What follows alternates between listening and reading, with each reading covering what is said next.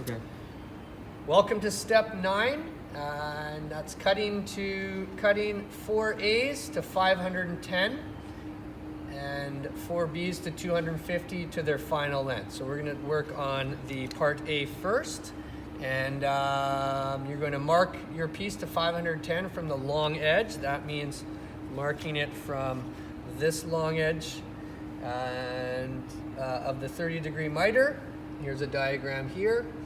And then you're going to use the mitre saw or table saw. In our case, I believe the table saw to be the best one. Set up a stop block using the vice grip, and see video, check with teacher before proceeding. Okay, very important. Set your stuff up, show it to me. Okay, so follow me along for this step.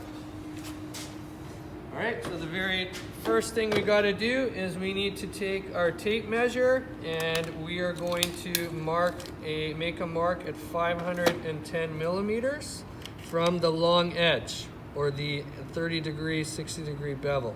So there's my 500 there. I make a mark. Now, usually this mark is sufficient to be cut to use as a cut mark, but we actually need to transfer that mark using a combination or regular square here. So I come over here, I make that mark, and I bring it over here so I can see it. All right. Next up, what we're going to do is we want to make sure that the table saw blade is high enough.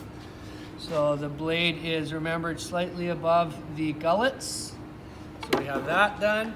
Now what we're going to do is we're going to set up a stop block so we can repeat our cuts.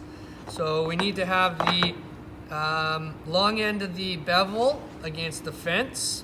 And then what we're going to do is you might have difficulty seeing this, but we want to spin to the right tooth. And we're going to bring it up, and I position the right tooth right on the mark. Down here, I hold it. I grab a stop block, I slide it in against there. I have my vice grip already. Notice that I haven't removed my hand, and I lock that in place, making sure it's nice and tight. And now we want to make sure there's no chips on there and no chips on your back edge. All right, so now we're ready to cut. I've got my eye protection, and I've got, for safety wise, my hands are again holding the material against the fence and also holding it down. It's too unsafe to put our hand in there, but we should be fine here, okay? So I want to start my cut with the material pulled back, and I turn the blade on, and I'm going to lean over and watch it cut.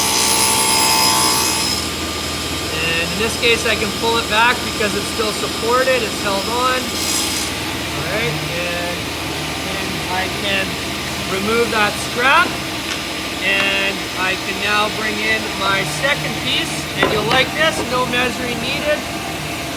I pull this one over like so, pump it into the corner there, support it, and cut again.